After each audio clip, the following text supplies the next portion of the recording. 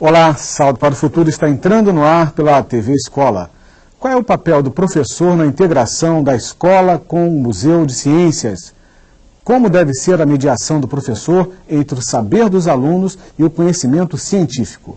Neste último programa da série Ciência e Vida Cotidiana, parceria Escola e Museu, vamos refletir sobre a importância das visitas organizadas para professores e também para os alunos. São nossos convidados a pesquisadora do Museu da Vida, da Fundação Oswaldo Cruz, Luciana Sepúlveda, que também é consultora desta série. A chefe da Coordenação de Educação do Museu de Astronomia e Ciências Afins, Maria Esther Valente, e o professor da Sociedade Educacional Resultante e do Centro Educacional Castro Barreto, em Campo Grande, no Rio de Janeiro, Wagner Ferreira da Costa. E você sabe, como sempre, que é o nosso convidado especial. Participe!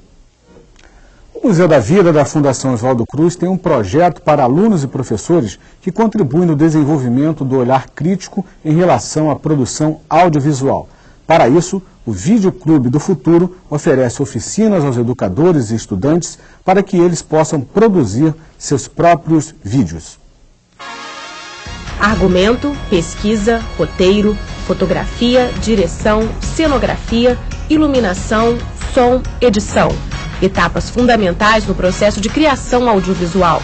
E é o que vários estudantes de diversas escolas do Rio de Janeiro estão descobrindo ao desenvolver seus vídeos com a orientação da equipe do Videoclube do Futuro da Fundação Oswaldo Cruz. O projeto Videoclube do Futuro é um projeto onde os estudantes vêm gravar um vídeo de curta duração que funciona como leitmotiv para eles pensarem nos processos que envolvem ciência, arte. Mas antes de os alunos chegarem até aqui para criar seus próprios vídeos, os professores participam de uma oficina. São 6 encontros de 3 horas de duração. Essa oficina também é um espaço de liberdade para o professor criar seu vídeo, desenvolver a técnica, compreender como é que se dá essa linguagem, que ninguém tem a obrigação de saber como isso se estrutura. Para compreender os recursos da linguagem audiovisual, os educadores passam por uma sensibilização, que tem como desafio a expressão do pensamento por meio de imagens. Da Cida eu estava olhando, acho que me remeteu à violência também. E aí a questão é a seguinte, eu achei que era violência também na escola, porque isso aqui me lembrou crianças brincando de roda, e tem várias crianças que parecem estar deitadas. Desenvolver um interesse na própria questão tecnológica, desmistificar o acesso aos aparatos tecnológicos, também desenvolver uma leitura crítica do produto televisivo, ou seja, o que passa na TV não nasce em árvore, aquilo é construído de uma determinada forma, tem uma ideia que está montada daquele jeito para criar uma determinada impressão. Luz, Câmera, Escola. Esse é o nome do projeto desenvolvido pelo professor Márcio Marcolino com os alunos da Escola Municipal Marechal Canrobert Pereira da Costa. De 2000 até hoje, eles fizeram 5 produções audiovisuais em parceria com o Videoclube do Futuro do Museu da Vida. Através dessa oficina, eu pude aperfeiçoar um pouco e produzir meus primeiros vídeos. E essa experiência foi compartilhada com os alunos, que colocaram a mão na massa. Eu fui diretor, nesse dia foi poucas pessoas, eu fui participei da direção, apresentei esse filme e também participei do roteiro e textos. Eu comecei fazendo roteiro, depois eu fui assistente de direção, depois eu passei para direção. Eu fui produtora A Escolha, aí montei cenário, fui maquiadora e também mexi com figurino. Todo o trabalho nosso é no sentido de que eles usem a ferramenta do vídeo como um instrumento de expressão da realidade deles. Um dos roteiros elaborados pelos alunos foi o de um documentário sobre a aluna Camila.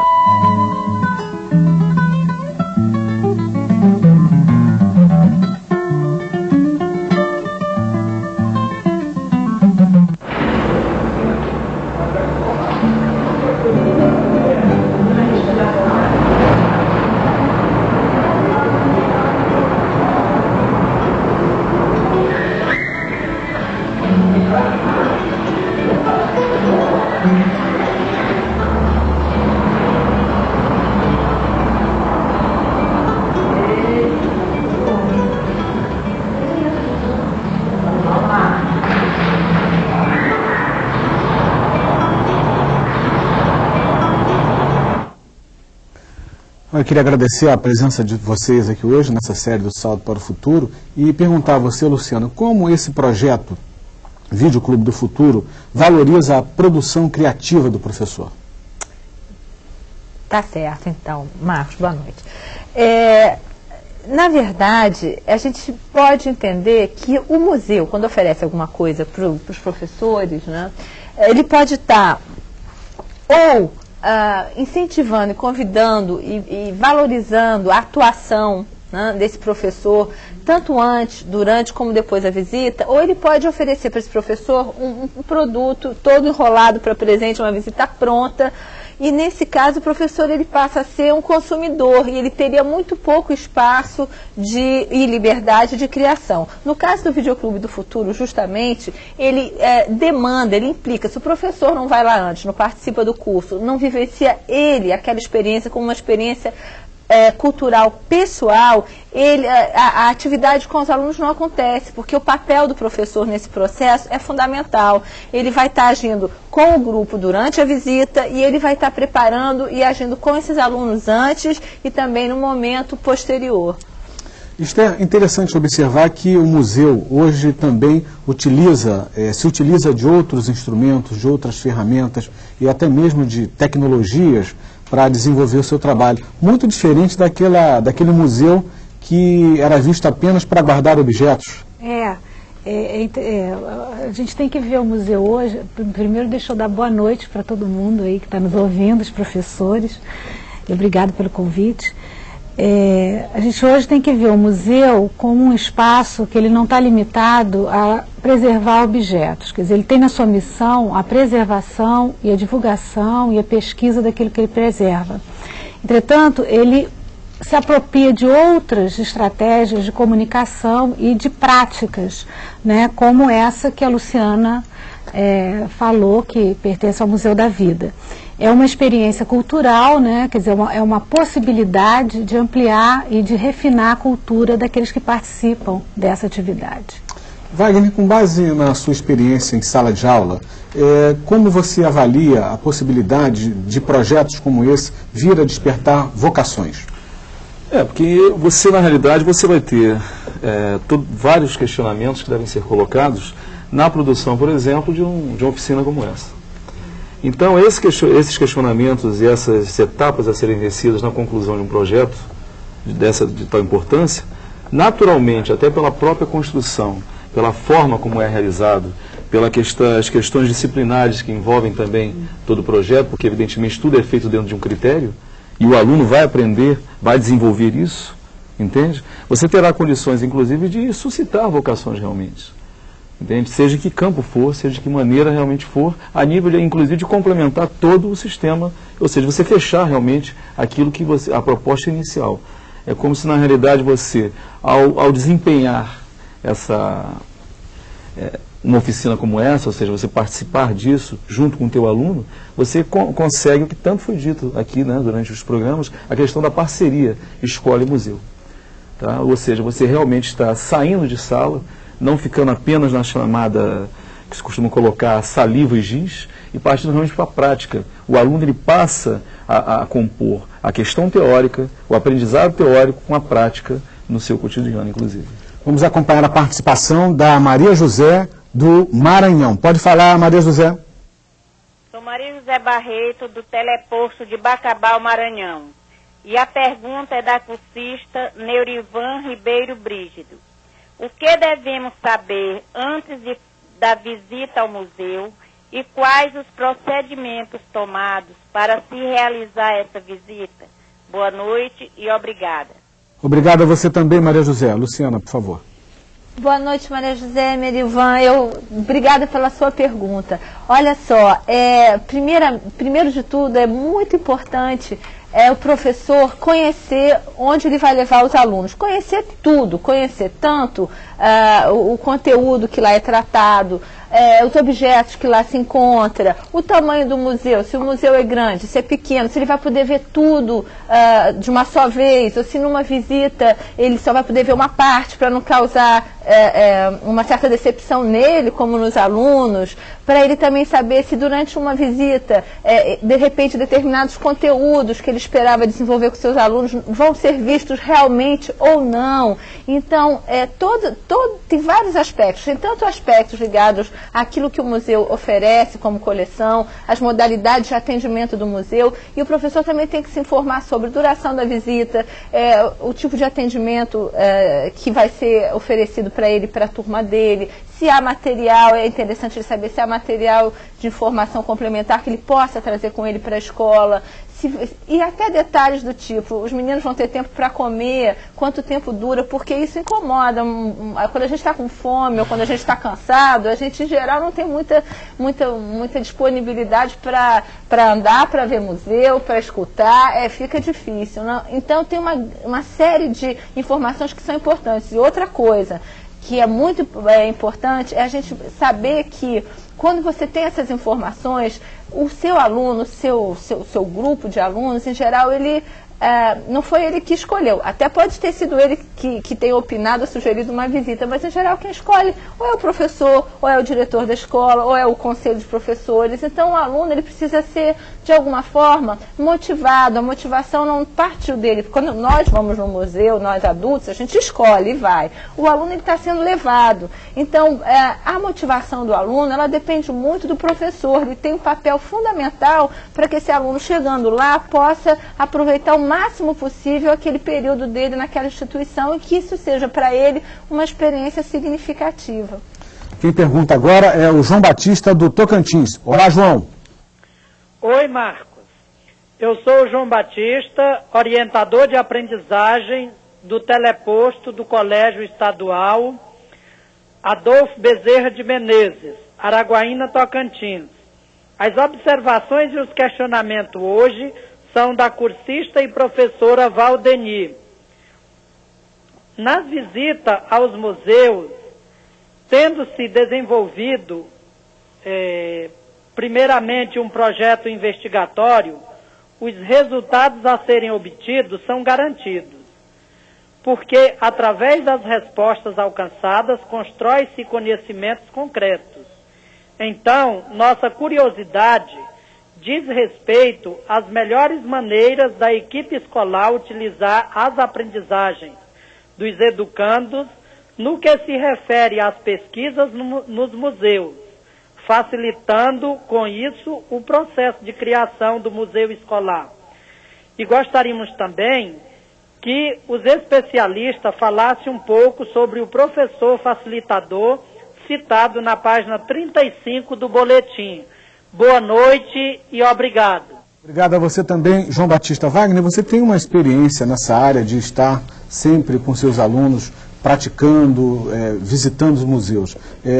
A pergunta do João Batista, ele começa com uma afirmação, né, ele conclui que o processo é válido, é vantajoso, traz resultados. O que você poderia acrescentar a mais? Sem dúvida. Você tem a forma de lidar com isso da maneira mais significativa possível. Porque você encontra nos museus, nas instituições que trabalham de forma, né, ou seja, com aspecto experimental, isso em diversas disciplinas, diversas matérias, enfim. Você consegue ali realmente colocar para o aluno algo que não está tão no aspecto teórico. Você consegue finalmente não ficar apenas na teoria, nos conceitos, nas equações. Ou seja, você realmente consegue, junto ao aluno, fazer com que ele estabeleça o concreto. E isso realmente diminui uma distância que vinha se verificando, tá, do aluno no aprendizado entre o aspecto teórico e aquilo que ele realmente possa examinar, tá, ao observar alguma coisa dentro do cotidiano, dentro da vida dele. Quer dizer, quando você parte para que o próprio aluno passe a construir, tá, o aspecto concreto daquilo que se deve ser examinado como item, como matéria, enfim, sem sombra de dúvida, o ganho é imenso. E o papel do professor, respondendo mais ainda, João Batista, dirá respeito ao seguinte: você está compondo, na realidade, um trinômio perfeito. É o aluno, é a escola e é o professor. E com base nisso, lógico, todos saem ganhando, porque não é só o professor ou o aluno. Na realidade, é toda uma sociedade. E com isso você vai, com absoluta certeza, disseminar qualquer dúvida acerca de uma possível distância que poderia existir entre uma determinada matéria no aspecto teórico e no aspecto prático. Você estará realmente executando a sua matéria, aquilo realmente que é proposto por você em sala de aula, passa a ter um caráter de ação. Bom, e tem a segunda parte da intervenção do João Batista, quando ele pede para que fale-se um pouco mais da figura do professor facilitador. Luciana. Então, João Batista, olha só, na verdade é importante a gente deixar uma coisa bem clara. Esses tipos, né, que estão mencionados naquele texto, no boletim, na verdade são tipos que são situações que foram observadas, né, durante o procedimento de pesquisa. E uma coisa que é importante dizer é que não existe um professor, o João vai ser facilitador a vida inteira. Existem situações de visita quando o João resolve, por uma série de outros fatores, né, que vão estar acontecendo, desempenhar o papel de facilitador. No dia seguinte, ele pode voltar com uma turma diferente, encontrar uma exposição diferente e desempenhar o papel do acompanhante ou do catalisador. Isso é importante para a gente perceber que o museu tem também uma parte de responsabilidade né, no tipo de papel que o professor desempenha durante a sua visita. Quanto ao papel do facilitador, seria a situação quando o professor ele não se atribui nem a responsabilidade absoluta enquanto mediador e catalisador do conhecimento naquele espaço, como em geral ele acaba sendo na sala de aula, ou seja, ele durante a visita não vai ser ele que vai durante todo o tempo mediar a relação entre o conhecimento e o aluno. Ele vai trabalhar para ajudar, orientar aquele aluno, para que aquele aluno, de uma maneira mais autônoma, construa a sua experiência, o seu conhecimento durante a visita. Então, basicamente, o facilitador, ele é um facilitador do encontro do aluno com aquele espaço, que é um espaço de conhecimento e um espaço cultural também. A pergunta agora é da Nelly, do Rio de Janeiro. Fala do Teleposto CEPAC São João de Meriti, com a orientadora Nazaré e alunos do Instituto de Educação. Gostaria de saber como o professor poderia trabalhar museu interagindo professor, aluno e comunidade. Obrigada. Esther, você pode responder a pergunta? Posso. Bom, boa noite, Nelly. O museu, você pode desenvolver vários tipos de atividades, né? Nesse caso que você coloca do professor, o aluno e a comunidade, isso depende, você pode lançar a mão de um tema, fazer a seleção de um tema que possivelmente está presente dentro de um museu e tentar trabalhar esse tema no museu e com a escola. Tá? Então, o museu é um espaço onde você pode no museu selecionado, por exemplo, eu vou dar o exemplo do museu em que eu trabalho, né? Que é um museu de astronomia, é um museu que trata de fenômenos, enfim, da natureza, fenômenos astronômicos, e que você pode aliar as exposições que vão desenvolver assuntos ligados às estações do ano, por exemplo, e você pode trabalhar esse assunto também em sala de aula, né? E depois fazer, ou trabalhar, ou desenvolver, ter como produto final uma exposição, né, que pode ser apresentada também no espaço do museu. O museu é um espaço em que tem essa característica, quer dizer, de apresentar exposições. Então, esse tipo de trabalho pode ser feito, enfim, de diversas maneiras, né? Desde você usar o que existe de acervo no museu, assim como procurar também temas que não estão desenvolvidos no museu e que são ligados à ciência, ou que podem estar ligados à temática do museu, e trazer para dentro do museu, né? Isso é uma questão, isso é um trabalho que deve ser feito, como ele tinha colocado no início, né, em parceria com a instituição museu e a instituição escola. Ok. Mônica? Eu tenho um fax que é da Ana Cristina Souza, de Belo Horizonte, Minas Gerais, e ela quer saber de que forma podemos incentivar os alunos a uma visita ao museu e como garantir que essa visita seja um sucesso, tanto para o professor quanto para o aluno. Wagner, por favor. Na realidade, a forma primeira para isso seria o professor ele se ater daquilo que realmente trata o museu, ou seja, de que forma, que itens ele deseja trabalhar em sala de aula.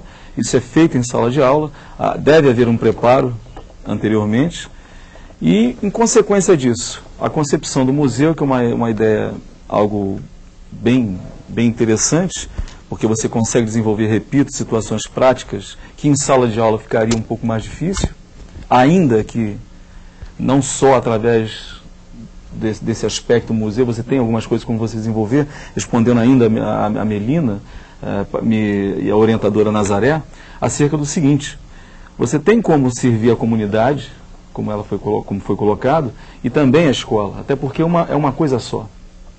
Você pode, no caso, ter a concepção das feiras livres de ciência, você pode organizar seminários na sua escola e ter uma extensão, tá, tal de um grande significado a título até próprio de um museu. Quer dizer, de repente uma cidade, um lugar que não tenha, de repente, uma instituição museal, mas você tem condições plenas, como professor, de desenvolver isso junto à comunidade. Porque o que vai acontecer? Você estará passando o conhecimento que é tratado em sala de aula, mas também você pode colocar coisas de uma tal maneira que pode entrar até no calendário de uma cidade.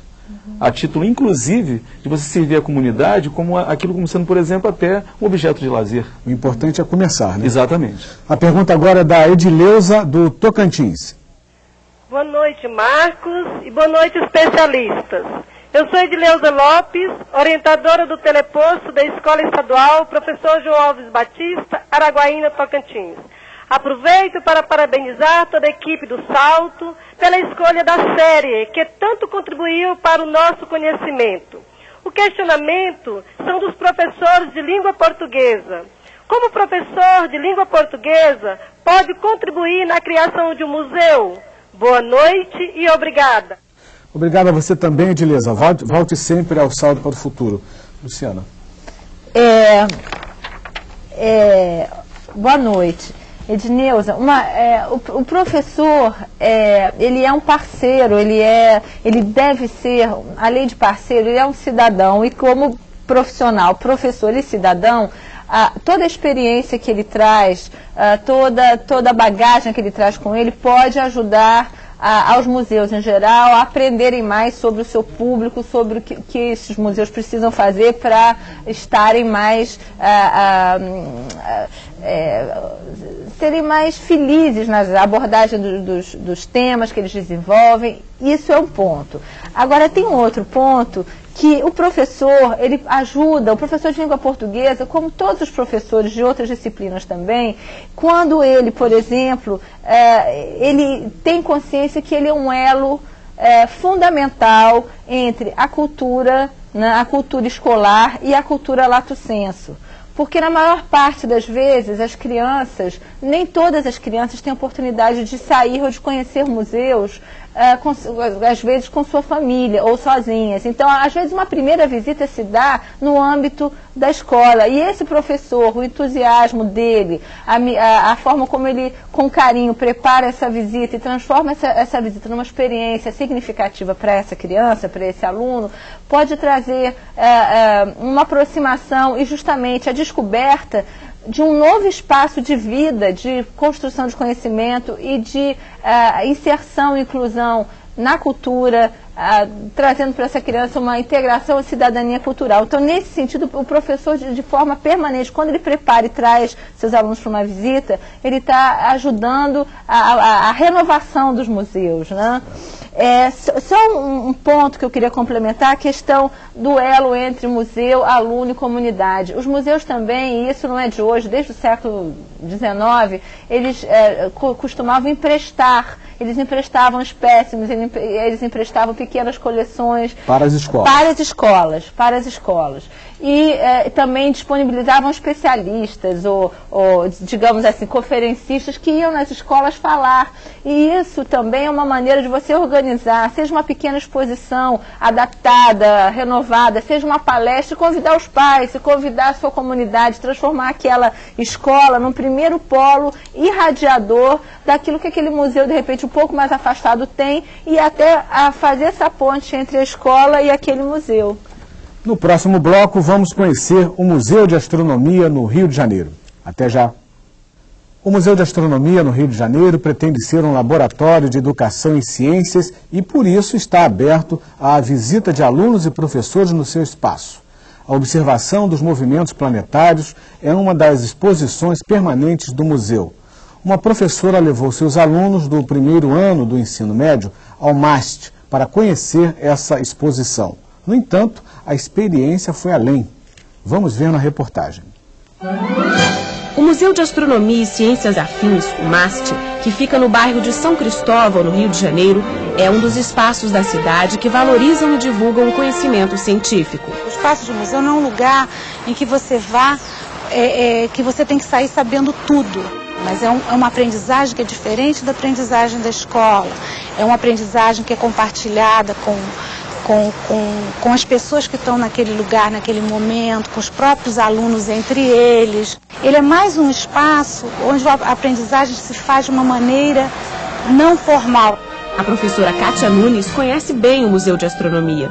Com a experiência de quem visita o lugar há quase 15 anos, Kátia leva mais uma de suas turmas para um passeio pelas salas que já abrigaram o antigo Observatório Nacional. Aqui era o antigo Observatório Nacional do Rio de Janeiro. Se faziam observações do céu, tem telescópios que foram colocados na época. Os planetas do Sistema Solar são os primeiros a serem observados. Além de analisar cada detalhe, os estudantes vão anotando informações sobre pressão atmosférica, temperatura, movimentos. Em outra sala, a professora utiliza os recursos do museu para falar sobre paralelismo dos raios solares. Então diz pra mim, nessa posição o hemisfério norte está no verão ou no inverno? No verão. No verão ele recebe muito mais raios solares do que o hemisfério sul. O ganho que a gente tem é muito grande, porque ele viu, ele vivenciou, ele experimentou. Levar isso na vida deles, eu acho que é fundamental para que seja prazeroso estudar, principalmente física. E esta atividade de física ficou divertida. Os alunos exploraram livremente os diversos objetos do museu, descobrindo que nem tudo que se vê é o que parece. Tem alguma coisa na visita que chamou muito a sua atenção, que você achou mais interessante? Praticamente tudo. Tudo me chamou a atenção, super maneiro, aquela parte do espelho. A história da astronomia também foi contada. Do geocentrismo, a revolução promovida por Copérnico durante o Renascimento com a teoria heliocêntrica. Eu trago esse aluno no momento que eu vou discutir movimento.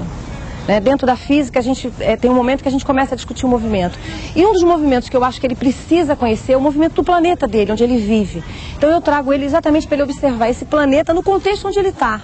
A visita ao Museu de Astronomia é uma das etapas do trabalho da professora Kátia com os alunos do Instituto Nossa Senhora das Dores. Agora eles se despedem do MAST, mas não da experiência. De volta à sala de aula, eles vão trabalhar com o que descobriram no museu. Na escola, os alunos reúnem as informações coletadas no Museu de Astronomia, fazem novas pesquisas em outras fontes de informação e criam cartazes que vão auxiliar na apresentação do trabalho. Você acha que a visita ao museu, o contato com diferentes formas de se ver, no caso mais específico de vocês, o planeta Júpiter, ajudou na compreensão do conteúdo específico da aula de física? Ajudou muito, porque lá a gente pôde ver o planeta, lá a gente pôde ver o peso, entendeu?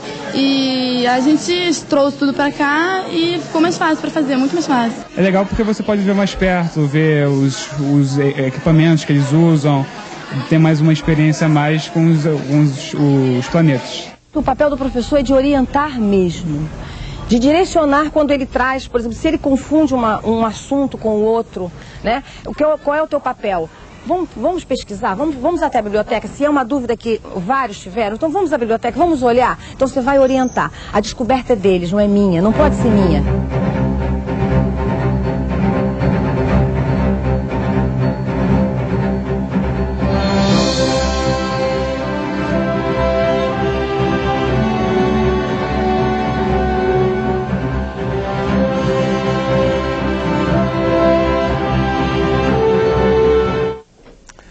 Como é que é esse processo de visita do professor e seus alunos ao Museu de Astronomia? Bom, a Kátia já é uma professora que visita o nosso museu, visita o Museu de Astronomia há muitos anos, né, e leva as suas turmas. Agora, para aqueles professores que não têm a familiaridade da visita ao museu, nós procedemos da seguinte forma. O professor marca uma visita, telefona para o museu, marca a visita e para que ele tenha a sua visita confirmada, é necessário que ele passe por uma orientação, né? Então ele marca um dia para fazer uma orientação com pessoas, com funcionários da instituição. E nessa orientação nós temos já definidos algumas trilhas de como ele deve fazer uso do espaço do museu, uma coisa mais ou menos já orientada. E ele vai, então, se apropriar dessas trilhas e do material que a gente fornece para fazer essa visita, e vai, então, preparar a turma dele e vem ao museu, né, de volta com a turma já preparada para essa visita. E dentro do museu ele tem a ajuda de alguns monitores para fazer essa visita. Mas a ideia é de que ele já venha com a sua visita preparada, com a sua turma, sabendo o que vai visitar, o que vai ver, né, para que essa visita seja mais prazerosa, para que essa visita seja mais proveitosa. O museu também ajuda o professor nas atividades que ele deve desenvolver após a visita? Ajuda, ele participa desse processo, quer dizer, quando o professor solicita, né, o museu está preparado para ajudar nesse processo. Tá? Mônica? Eu tenho um e-mail aqui, Marcos, dos professores Nelson e Eliane, do teleposto do Colégio Dom Orione, no Tocantins, e eles estão parabenizando os especialistas, a você também, Marcos, e eles colocam o seguinte: o professor a cada dia necessita estar preparado para as atividades que o cercam e no que diz respeito às visitas aos museus é necessário que o mesmo concilie as motivações conteudistas e pedagógicas, culturais e sociais para que possa desenvolver um trabalho de qualidade. Eles querem saber que sugestões vocês poderiam dar para os mesmos de modo que possam realizar esse trabalho de forma significativa com os alunos, uma vez que eles não têm museus na cidade deles. Wagner, quais são as suas sugestões? Bom, a minha sugestão no sentido de que você tente, dentro do possível, organizar um espaço dentro do colégio, dentro da escola a qual você esteja ligada, em que poderia funcionar, inclusive, como um laboratório de ciências. Não com um laboratório de ciências. Quando se fala em laboratório, pressupõe-se que seja algo grandioso, algo realmente em que o custo seja levado em consideração e que, consequentemente, isso seja quase que improvável de ser feito. Mas não é bem assim. Eu mesmo, uma experiência de longa data, eu trabalho a física, no meu caso, sou professor de física e matemática, a física com sucata. Então, quer dizer, é baixo custo realmente, na realidade não custa nada, ou seja, eu trabalho com materiais que você pode examinar e, dentro do conteúdo, conforme foi colocado, você montar um determinado instrumento que venha justamente colocar a prática daquele conteúdo teórico, tá, frio até, que geralmente estão nos planos de curso. Então, com isso, você consegue realmente montar, não um museu, mas você vai montar, evidentemente, um espaço que, conforme for bem administrado, bem planejado, talvez não venha a dever nada a um espaço que, de repente, você não tenha na sua cidade, você não tenha nas cercanias, nas proximidades do teu colégio. Verdade. Vamos saber com outras eu tenho outra pergunta do teleposto Dom Orione em Tocantins. Dentro das escolas, os trabalhos através de observação e experimentação partindo de coleções foram abandonados, restando poucas experiências sobreviventes desta prática. Que sugestões vocês poderiam dar para que os professores possam realizar esse trabalho em sala de aula? Luciana Sepúlveda. Então, o museu, ou seja, o museu é uma instituição que carrega dentro dela uma série de práticas, de fazeres, de saber fazer, e que tem como característica muito forte essa relação com a cultura material da gente, né, com objetos, com coleções. E dentro desse saber fazer do museu tem um saber que é escolher, ter critérios de escolha de materiais, organizar esses materiais, que é o procedimento do colecionador e também, não só do colecionador, mas do colecionador um pouco pesquisador, que ele vai ter critérios científicos, históricos, enfim, vai ter algum critério que vai dizer para ele, esse objeto tem que entrar nessa coleção, esse objeto está construindo, me ajudando a construir um conhecimento de mundo. Tá? Então, quando a gente vai desenvolver na escola alguma coisa próxima ao que seria um museu escolar, a gente tem que ter um projeto, na verdade, de levantamento de critérios e de envolvimento da comunidade escolar na organização, na coleta, na conservação e no movimento também de compartilhamento dessas coleções, tanto intra-comunidade escolar quanto com a comunidade em torno da escola, né? E isso é alguma coisa que tem que passar pelo envolvimento de professores, de alunos, e é importante também uma coisa relacionada à questão do aprendizado com objetos, da lição de coisas que a gente falava em outros programas dessa série, é que nesse processo, no processo de observação da natureza, da física experimental, nesse processo existe a gente pode dizer, existe uma diferença entre você realizar isso dentro da escola e você encontrar isso numa instituição como um museu. Existe. Qual é a diferença? A diferença mais assim, evidente é que os museus, eles além de terem esses objetos, essas coleções, eles são instituições que têm um valor cultural, né, que falam um pouco para a gente da nossa história, da nossa cultura, e que eles funcionam às vezes meio como lugares catalisadores de valores. A gente costuma ir lá às vezes porque a gente acredita naquilo que o museu traz. Então é uma experiência cultural, não só, às vezes você vai no museu, não é só para aprender alguma coisa, para participar de realizar uma experiência, mas é também para você dizer, sou parte desta cultura, eu venho aqui também, faço parte desse grupo de alguma forma. Então essa é a grande diferença. Mas na comunidade da gente, mesmo quando não tem museus, existem marcos, existem locais importantes, e existem referências culturais compartilhadas. E quando você vai montar um museu escolar, você pode tentar perceber e levantar com seus alunos e com a comunidade que referências culturais comuns, importantes para aquele grupo, devem ser ou mereçam estar contempladas nessa iniciativa. Perfeito. Isso é importante. Wagner, o que te motiva a trabalhar em sala de aula também com exemplos práticos? Bom, essa motivação ela nasceu até, parece meio paradoxal, até da desmotivação, em alguns casos, que eu verifiquei ao longo dos anos com a matéria física. Ou seja, repito, ficava algo muito distante da realidade do aluno, a física, tipo a velha pergunta, em que aplicarei isso? Né? De que maneira eu posso realmente achar que isso possa contribuir ou não para a minha vida, ou tenha contribuído? Né? Então, com isso, na realidade, nós estamos vivendo um momento em que a tecnologia está aí, em que todos, de alguma forma, se apropriaram dela. Então, você, na realidade, tenta demonstrar para o aluno, a partir das aplicações, da prática, ou seja, repito, um exemplo, você dá um item como dilatação térmica dos sólidos, né?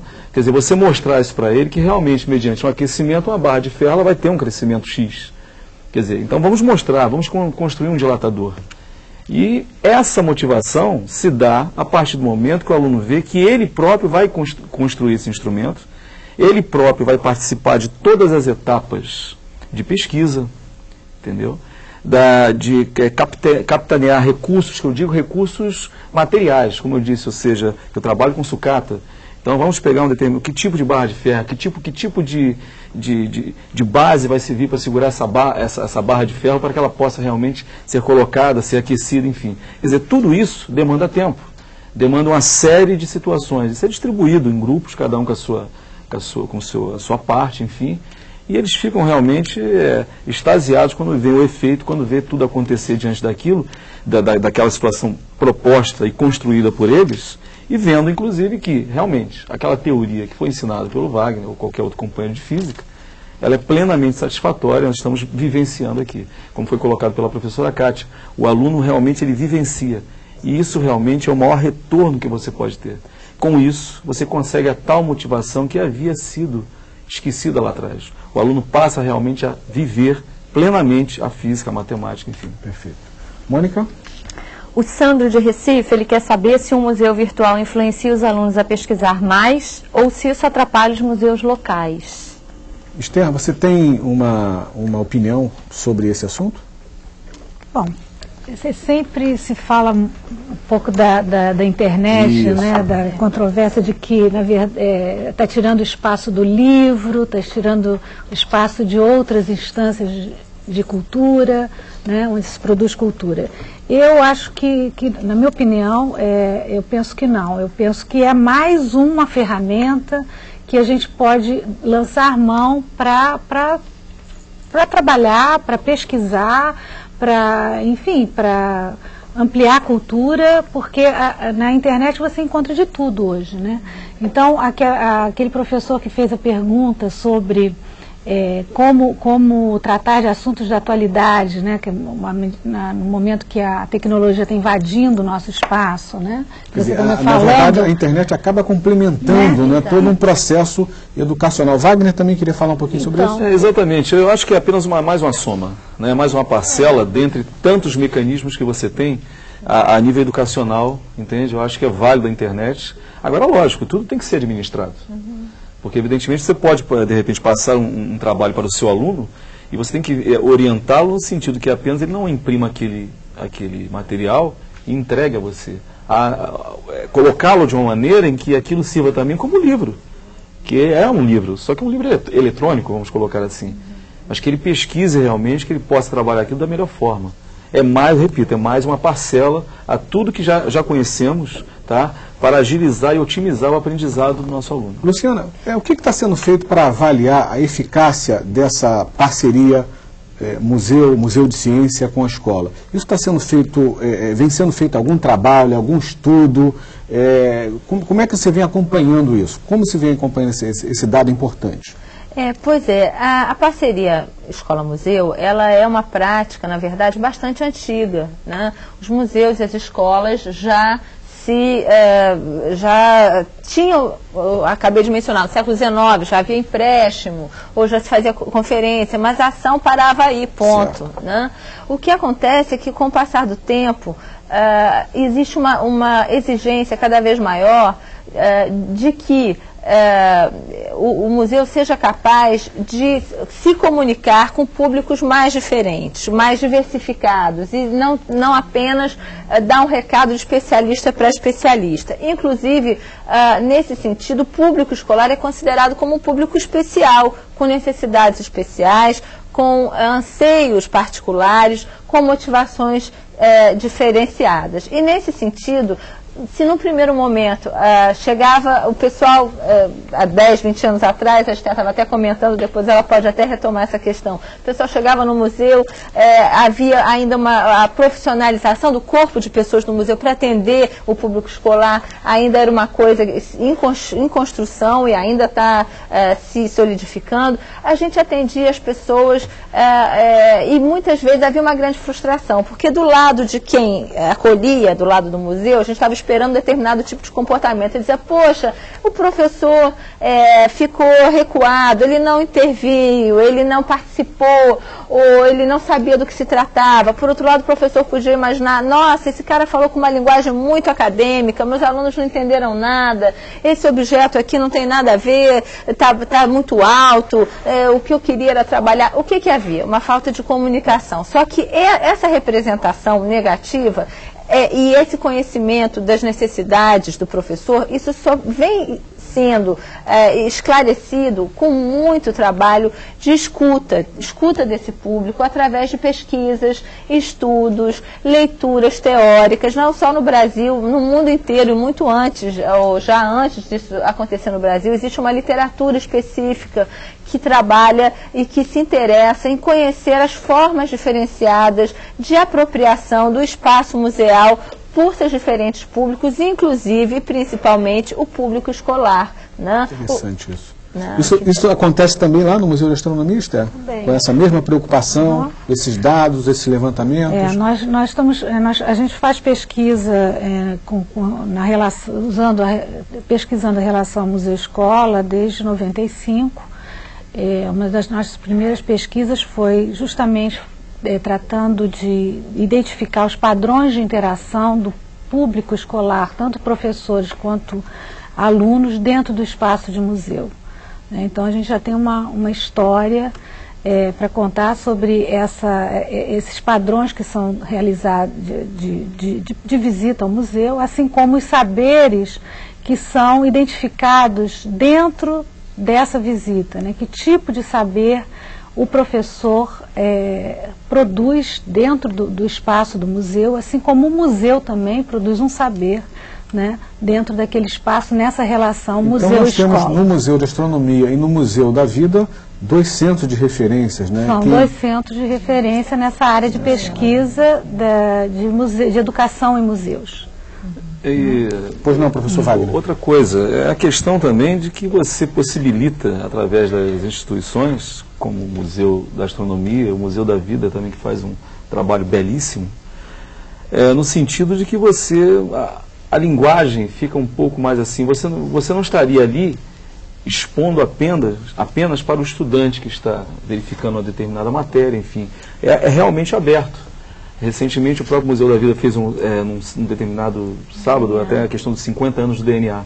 Quer dizer, foi aberto à comunidade, quer dizer, várias pessoas saíram dali deslumbradas, ou seja, realmente essa questão do deslumbre, vislumbraram uma situação que até então não percebiam, porque não se tinha acesso a isso. Então, por isso que eu até coloquei no início, acho que, se não me engano, no primeiro bloco, que os museus, há a necessidade da criação cada vez mais desses espaços, no sentido de ajudar o professor a ensinar os seus alunos e também no sentido de colocar isso à comunidade como uma coisa mais fácil, uma coisa mais transparente e acessível a todos. Depois do intervalo, nossos convidados destacam os principais pontos do debate. Salto para o Futuro volta já. Salto para o Futuro está de volta. Neste último programa da série Ciência e Vida Cotidiana, parceria Escola e Museu, o tema discutido é o papel do professor na integração entre escola e o Museu de Ciências. A partir de agora, os nossos convidados fazem suas considerações finais sobre o tema. Professor Wagner. O que eu tenho a colocar a todos é que, dentro daquilo que é possível, que os companheiros, os professores no geral, tentem aplicar cada vez mais a situação do aspecto teórico que é necessário, ou seja, a teoria ela deve ser desenvolvida, ela está lá para isso, mas também que coloque isso de uma maneira mais prática para o aluno, tá? Diminuindo essa distância que havia entre a teoria e a prática. Eu tenho aqui, por exemplo, uma publicação que é justamente do Museu de Astronomia, chamado Brincando com a Ciência, em que você tem aqui diversos experimentos, tá? Inclusive experimentos interativos de baixo custo, quer dizer, acessível a qualquer professor, acessível a qualquer escola. A intenção realmente é fazer com que cada vez mais o aluno tenha condição de perceber aquilo que o cerca, a nível, repito, até da própria tecnologia que está aí, para ele poder entender tudo o que está acontecendo. A física está presente na nossa vida, tá? Assim como a biologia e a química, em todo instante. Agora, como explicar isso, como levar isso, como traduzir isso de uma maneira mais elucidativa? Ou seja, através da prática, através da experimentação. Então, esse é o meu recado, ou seja, no sentido de que possamos buscar isso. Até porque é plenamente viável, é só a questão da vontade. Okay, obrigado. Esther, suas considerações finais. Bom, eu queria falar para os professores que a relação museu-escola é uma relação que está, como a Luciana também falou, está cada vez mais se conhecendo, né, a partir de pesquisas, a partir de estudos, e isso está permitindo com que a gente consiga trabalhar cada vez melhor essas duas instituições, né? E com isso o público que nos visita, o público escolar que nos visita, cada vez mais ele tem a possibilidade de se apropriar cada vez melhor desse espaço. Eu queria aproveitar o momento aqui para falar de um livro que foi lançado semana passada no Museu de Astronomia, que é uma publicação que trata dessa relação, né, e fala de educação em museus, tá, e que tem vários artigos que tratam desse assunto, inclusive um artigo da Luciana sobre parceria em museus. Tá, ele está à venda no museu. Quem quiser saber mais sobre o museu e sobre essas publicações que são produzidas lá, a pessoa pode entrar em contato por e-mail, ou usar a homepage do museu, que é www.mast.br, ou então pelo e-mail mast.br. Mas na homepage dá para chegar lá? Na homepage dá para vocês chegarem lá. Tá bom. Tá? Luciana Sepúlveda. Então, como, assim, últimas palavras dessa série, né, desse nosso bate-papo, eu queria assim, compartilhar com o professor a importância dessa escuta, dessa relação de parceria, que é quando a gente consegue realmente escutar o outro, ou seja, qual é o meu papel quando eu vou no museu? O que eles esperam de mim? O que eu espero deles? Como é que a gente constrói junto uma experiência mais positiva, significativa para mim, professor, para os meus alunos? E eu queria também, então, enfatizando a necessidade desse diálogo, porque parceria é diálogo, é a gente interagir e aprender sempre alguma coisa de novo com o outro, eu queria também chamar a atenção para umas coisas. Uma delas é que, para o professor não se preocupar. Por exemplo, quando vai numa visita ao museu, não ficar tão angustiado, que nós do museu a gente também fica, mas eu já estou compartilhando isso com vocês. Tipo assim, poxa, o que o aluno aprende de conteúdo? Será que depois, no final dessa visita, ele entendeu tudo? Todos os conceitos que estavam ali, ele percebeu tudo? Às vezes a gente observa o comportamento de um aluno, né, nesses estudos durante a visita, tem certos conceitos e noções que ele eventualmente já viu antes na escola e vai poder reintegrar e aproveitar, ou então aquilo vai ser um momento dele de sensibilização para ser aproveitado na escola com o professor depois. Às vezes aquele aluno vai trazer aquela experiência, se ela foi agradável, se ela foi positiva dentro dele, e daqui a um mês, 2 meses, 1 ano, ele vai ter como relacionar aquela experiência com outras experiências, porque é assim que o conhecimento é construído, né? E a experiência também social de uso da instituição, ela vai se afirmando. Era isso, então. A série Ciência e Vida Cotidiana, parceria Escola e Museu, termina aqui. Eu quero agradecer as participações da Luciana Sepúlveda, pesquisadora do Museu da Vida, e da Fundação Oswaldo Cruz, também consultora desta série, da Maria Esther Valente, chefe da Coordenação de Educação do Museu de Astronomia e Ciências Afins, e do Wagner Ferreira da Costa, professor da Sociedade Educacional Resultante e do Centro Educacional Castro Barreto, em Campo Grande, no Rio de Janeiro. Até a próxima série.